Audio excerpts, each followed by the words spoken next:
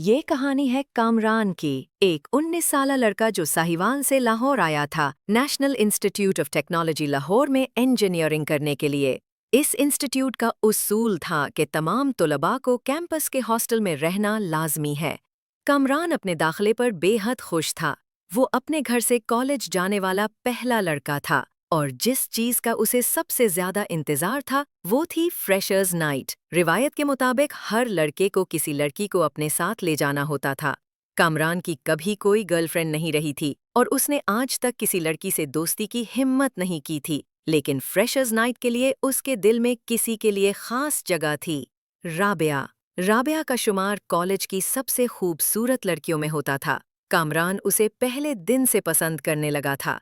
हिम्मत करके उसने राबिया को फ्रेशर्स नाइट के लिए पूछा और राबिया ने मुस्कराकर हाँ कर दी।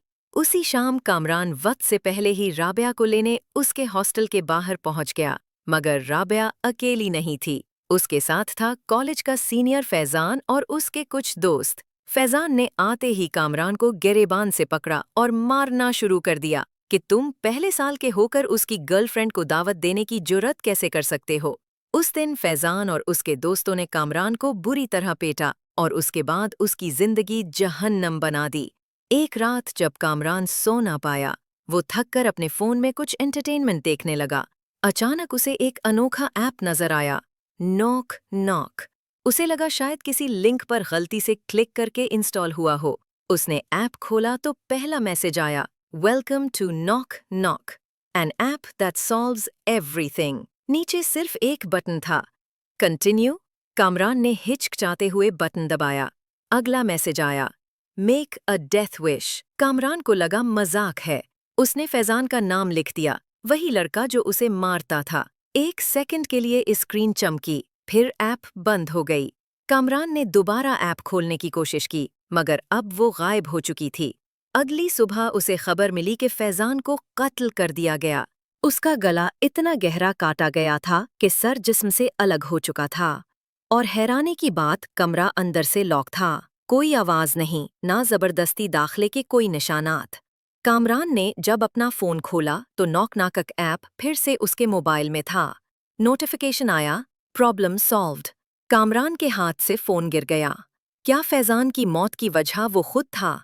अब ऐप ने उसे अगला हुक्म दिया, push Rabia from the stairs. Kamran लराज गया और फोन जमीन पर पटक दिया, मगर नोटिफिकेशंस आते रहे। फिर आवाज आई, if you don't, someone common close to you will die. अगले ऑप्शन में उसकी छोटी बहन कश्मीरा का नाम आ गया। कामरान के पीछे एक काला साया महसूस होने लगा।